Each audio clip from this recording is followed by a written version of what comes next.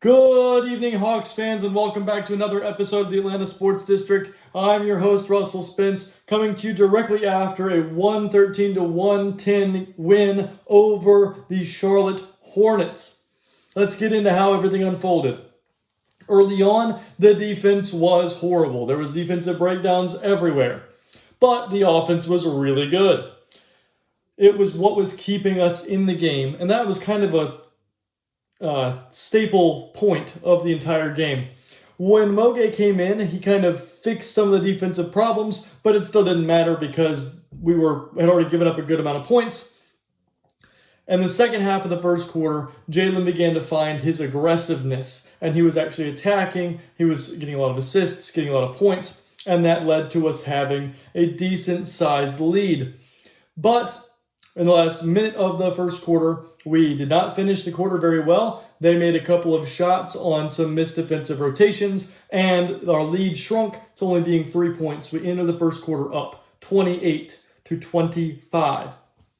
Moving in to the second quarter, the defense on Conchinipple started evaporating. We played a lot of the Krejci on him. We played a lot of we would start dicing on him, but then they would set a screen and we would switch and he would get on Onyeka or he would get on Zach. He would get on somebody that didn't need to be guarding him, and he took advantage of it. He had a very good game, and it was not good. At the same time, we put in Asa for a very short period of time that didn't really make any sense, and they hunted him. Conchinipple hunted him. They were hunting screens to get Asa on Conchinipple, and he took advantage of that as well. I said that during this quarter, the defense had been extremely bad and the offense became disjointed. They started pushing a lead out, and luckily we were able to get it back right before the end of half. And I said, we're still in this game. We played very poorly, but we're still in this game. We were down 55-53 at halftime. In the third quarter, I just wrote defense bad, offense good. It's keeping us in the game. We were attacking Liam McNeely very often in the third quarter. That was one thing that I noticed was we attacked rookies a lot tonight. So like Sion James, we attacked a lot. Liam McNeely, we attacked a lot. Conchinipple, we attacked a lot. If Ryan Kalkbrenner had played tonight, I'm sure we would have attacked him a lot. But that seemed to be kind of our game plan, is like they're playing a lot of young guys. They don't have LaMelo Ball. They don't have Brandon Miller. Attack the young guys. Attack. And it worked. I did say Mo is not being aggressive enough on offense. He is letting them not guard him. And he needs to it's not just the three-point shot. He takes enough threes. He did it once tonight where he drives and he says, I'm 6'11", but I have a good handle. I can put the ball on the floor and attack the rim. And he shot a little floater and made it. I mean, that kind of thing is the stuff that just once or twice a game he has to do. Maybe once or twice a time he's out there, he has to do. He has to just say, I am willing to put the ball on the floor and attack. Please do that more, Mo. You're still great. I love you. You're still probably my favorite player that plays right now. But you can attack more. So the other thing they started doing, and it led to them pulling away to a little bit of a lead, they started to move Mo out of the action. So teams were doing this to Dyson a lot last year, and they're still doing it to Dyson. And so in lineups where like Dyson and Mo are on the floor, you can't do it to both of them. But whenever Mo is guarding someone, or at least tonight, whenever he was guarding someone, that dude just stood in the corner. And it was like, if Mo goes and helps, we have a wide open three. And if Mo doesn't go and help, then their defense is not very good. And so I expect that's how people are going to start attacking those Moge-led defensive lineups, is like we're going to pull Moge away from the basket and pull him away from being able to help his teammates. And that's not very good when you're playing non-efficient defensive lineups like we did a little bit tonight. It wasn't nearly as bad, but like playing Keaton and playing Veed at the same time, and you're going, this team's not super wonderful defensively right now, and Mo is being pulled away from his help assignment by an open shooter. This is not good. So hopefully we can make an adjustment. Maybe the adjustment is no matter who's in the action, Mo's guarding him. That's how I would start to play it. Or I would like tonight, I would have loved to see Mo on Knipple more, where it's just like, I know Mo's not a guard, and I know you are a guard, but we trust him to guard you. And you can't, either you don't play through Colin Knipple, you're by far and away best player right now, or you do and he's being guarded by Moge. I would like to see that happen. So after this, they get a pretty decent sized lead. It's about 8 points. And we get hot to end the quarter. We hit a couple of shots in a row. Keaton hits a shot. Jalen hits a couple of shots. We get a couple of assists. We have some nice plays. That's when Mo had his little push shot. And we bring it back to a 92-88 game in favor of the Hornets. At the start of the fourth quarter, Mo and Dyson were on the floor together. And the defense was amazing. There was a play that Mo Gay made where Colin Sexton attacked him. And Colin Sexton is a very good offensive guard. He attacks Mo Gay. He gets in the paint. He does what everybody tells you to do. Get in the body of the shooter. He gets the body of the shot blocker. So he gets in the body of the shot blocker, knocks Mo Gay back like a foot because he's so strong. When Colin Sexton knocks him back, I immediately think either Mo's going to foul him or he's going to score because that was such a good move. Mo recovers on his second jump, blocks it, and gets the rebound. Crazy play. But just in general on that section of time, when you had Mo and Dyson on the floor together, I believe it was Mo, Dyson, Naw, Jalen, and Veet were on the floor at that time. That lineup defensively was insanity. And it helped us get a lead built. From there, we started making some shots. We started hitting our open looks, and we pushed our lead to even further. At that point, I'm thinking to myself, good teams don't lose this game. You're up 10 with 7 minutes left. You're up 8 with 5 minutes left. You don't lose this game. And the first thing we did when I thought that in my head was we gave up the lead. We started having what I call very uneven play, where it just seems like we're not connected. There's not cohesion, and things are not clicking, and they are coming back. The defense was communicating worse. The offense was not moving the ball as well, and all of a sudden they come storming back. And I said that uneven play has made this game very close late. In fact, when I wrote that down, it was 111 to 110. And I was worried that we were going to lose the game. What ended up happening was we decided that for 4 straight possessions, we were going to play some of the best defense we've played all year long. The communication was wonderful. The defensive rebounding was a group collaborative effort where everyone was boxing out and everybody was fighting. They tried to tip up rebounds. Our guards got in there and got them. Vikrejci got one. Naw got one. It helps if your guards help gang rebound because people like Moussa Diabate and people like that, they make their living in the NBA tipping up offensive rebounds. That's their whole thing. So if you don't have multiple players playing for that rebound, you are not going to get it. And so that was wonderful to see. Those last 3 or 4 possessions, we had wonderful defensive plays. And the only thing I can say is that there were 2 possessions at the end of the game where we should have brought Mo in and taken Veet off. And because the Hornets do not execute well, it did not bite us in the butt. But if we had been playing a team that executes well, they would have attacked Vikrejci very, very efficiently, and that could have led to us losing the game. There was also 2 missed free throws by Naw that could have been very detrimental at the end of today's contest, but luckily we played good enough defense that they didn't matter, and we ended up winning 113 to 110.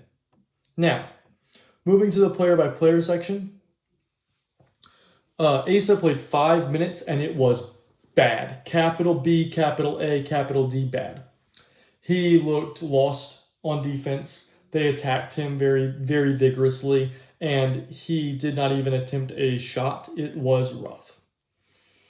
I don't know. I'll look exactly here. What was his plus minus? He was a net 0 in his minutes, but it did not look good. So, moving on, he only played 5 minutes. Moving on, Keaton Wallace played 16 minutes. He had 10 points. He was 4 of 6 from the field, 2 of 4 from 3. He's been doing better about taking shots that are like feet set, I caught it and I'm open and I'm shooting it. I like those a lot more, and he makes a much higher percentage of them than he does the off the dribble stuff he was doing earlier in the year. So the other thing is that today when he was in the game, he was either guarding like Zion James or oh goodness, kid from Colorado, what's his name? KJ Simpson.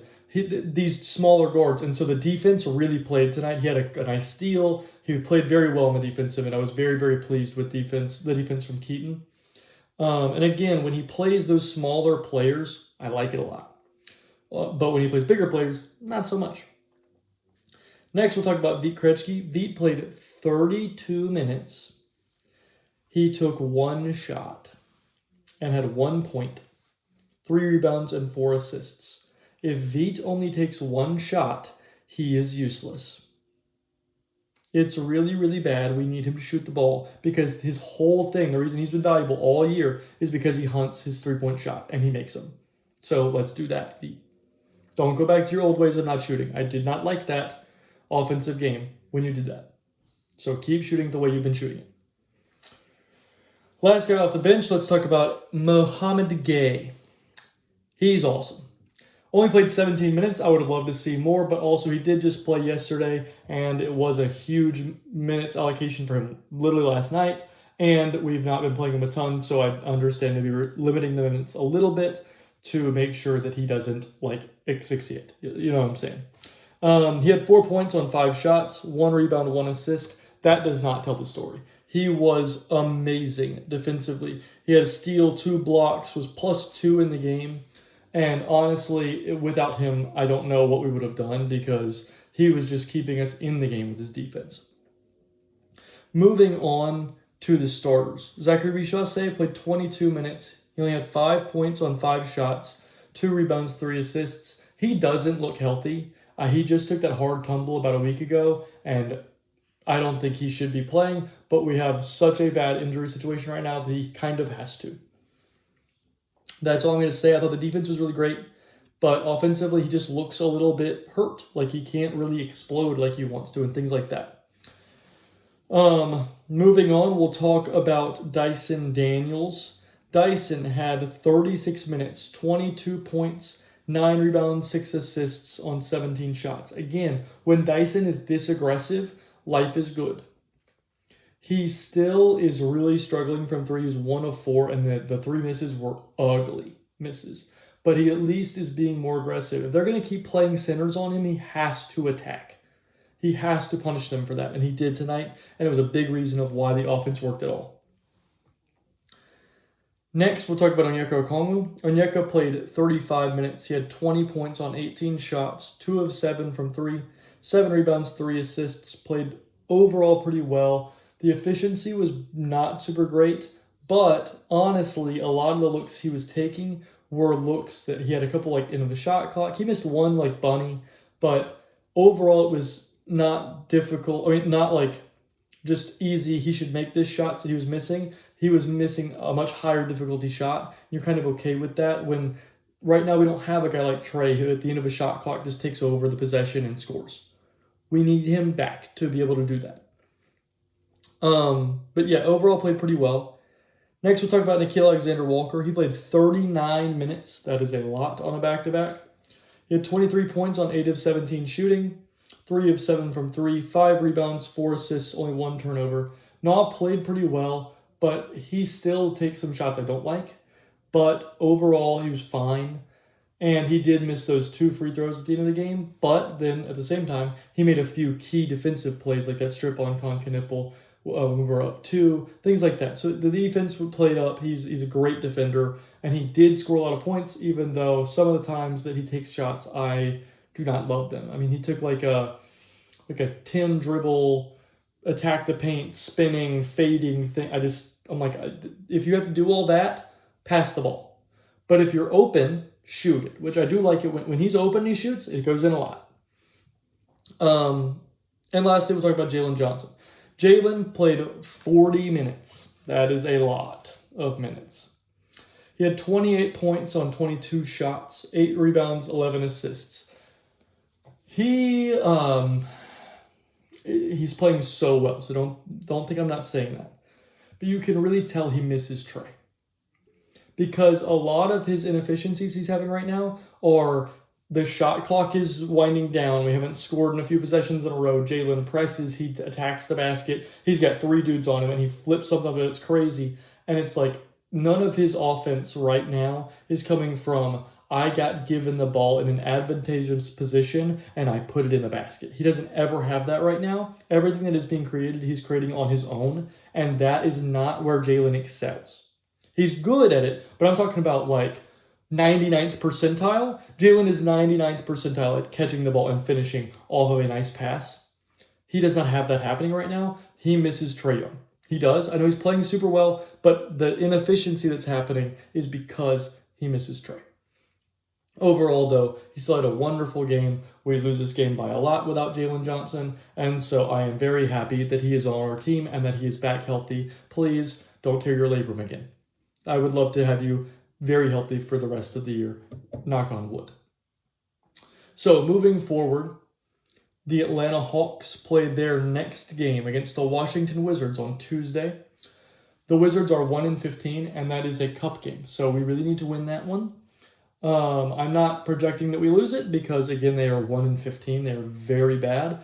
But it is kind of a trap game where we've been having very, very negative rest situations. We played a bunch of games in a very few amount of days. Of course, that happens when we don't have Trae Young. So we get all these games coming, and we're in a injury deficit.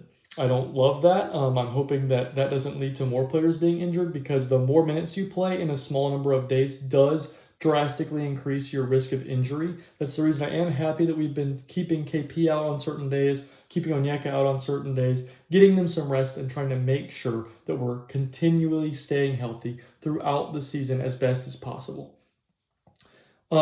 So all that being said, let me know what you think about today's game. Give me your thoughts and opinions if you agree, disagree with anything I said. Like, comment, subscribe, do all this stuff. In general, 2 straight wins on a back-to-back.